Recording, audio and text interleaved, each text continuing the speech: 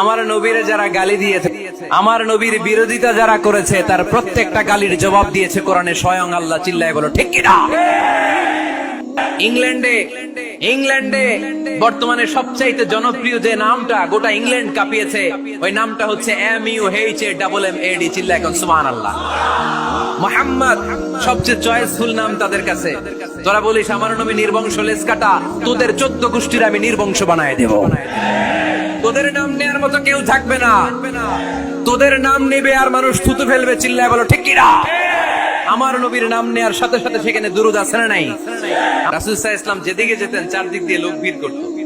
আমার নবীর নূরানী চেহারাটাকে একটা নজর দেখার জন্য মানুষ পাগল হয়ে ছুটে আসতো। ফাবিমা রাহমাতিন মিনাল্লাহি লিনতা লাহুম, কোমল হৃদয়ের অধিকারী। উনার ভাষা যখন বের হয় যেন মুখ দিয়ে মুক্তা ঝরে। উনি যখন তাকায় চোখ দিয়ে যেন নূর বের হয়। উনার চেহারার নূরের ঝলকানি কাফেরদের হৃদয়টারে মুহূর্তের মধ্যে ঠান্ডা করে দেয়। উনার কণ্ঠের সুমধুর তেলাওয়াত কাফেরদের হৃদয়টারে উজালা করে দেয়। ফাবিমা রাহমাতিন মিনাল্লাহি লিনতা লাহুম, নবী আমার রহমতে আপনি অনেক কোমল হৃদয়ের অধিকারী।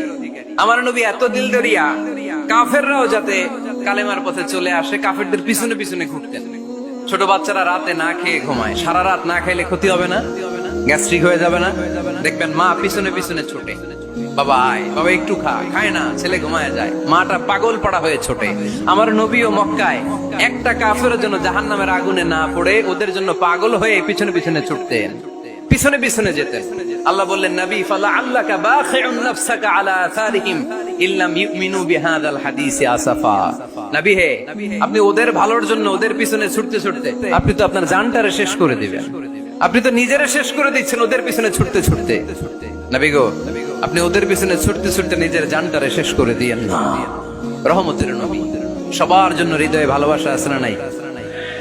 আমার নবীরে যারা গালি দিয়েছে, আমার নবীর বিরোধিতা যারা করেছে, তার প্রত্যেকটা গালির জবাব দিয়েছে কোরআনে স্বয়ং আল্লাহ। চিল্লায় বলো ঠিক কিনা? নবী যখন দাওয়াত দিতে শুরু করলেন, কোরআনের বাণীগুলো এত মধুর, এত মজার। এই সুন্দর মিলানো মিলানো বাণীগুলো শুনে কাফেররা বলতে আরম্ভ করলো, মুহাম্মদ কারো কাছ থেকে শিখে এসে আমাদেরকে এগুলো শোনাচ্ছে, এগুলো শুনতে কেমন যেন কবিতার মতো লাগে। নাউজুবিল্লাহ পড়বো না? কাফেররা আপত্তি তুললো, মুহাম্মদ তুমি যেটা শোনাও আমাদের তো মনে হয় এটা কবিতা। সাথে সাথে আল্লাহ ওদের দাঁত ভাঙা জবাব দিয়ে আয়াত নাজিল করে বললেন, ওয়ামা আল্লামনাহু আশ-শি'রা ওয়ামা ইয়ানবাগি লাহু ইন হুয়া ইল্লা যিকরুন ওয়া কুরআনুম মুবিন।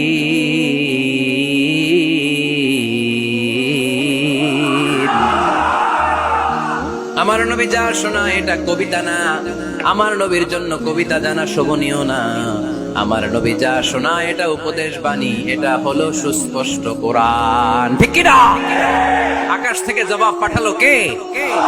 আবার মক্কায় আরেক দল দাঁড়িয়ে বলল, মুহাম্মদ তুমি যা শোনাও এটা মন্ত্রের মতো লাগে, নালে মানুষ পাগল হয় কেন? তুমি যেদিকে ছোট পঙ্গপালের মতো লোকজন তোমার পিছে লাইন ধরে কেন? এটা মন্ত্রের মতো লাগে। তুমি যা বলো মন্ত্রের মতো লাগে, তোমার পিছনে মানুষ কেন দৌড়ায়? তুমি মনে হয় গণক, তুমি মনে হয় মন্ত্র বড়। আকাশ থেকে আয়াত নাজিল করলেন কে?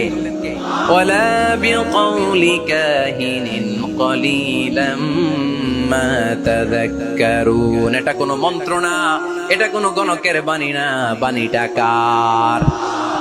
আবার একদল নবীর সাথে আবার বেয়াদবি করলো, বেয়াদবি করে বলতে আরম্ভ করলো, মুহাম্মদ তুমি পাগল। গোটা বিশ্বে ছড়িয়ে দিতে লাগলো। হজের মৌসুমে সবাই রে বলতে আরম্ভ করলো, এই লোকটার কাছে যেও না, লোকটার নাম মুহাম্মদ, লোকটা বড় পাগল। এই লোকটার কাছে যারা যায় তারাই তার সাথে পাগল হয়ে যায়। আকাশ থেকে এই বিরোধীদের জবাব নাজিল করলো কে? ওয়ামা সাহিবুকুম বিমাজনুন, তোমাদের সাথে আমার বন্ধু পাগল নয়। ঠিক কি না? যেখানেই নবীর বিরোধিতা সেখানেই নবীর পক্ষে আয়াত নাজিল করে।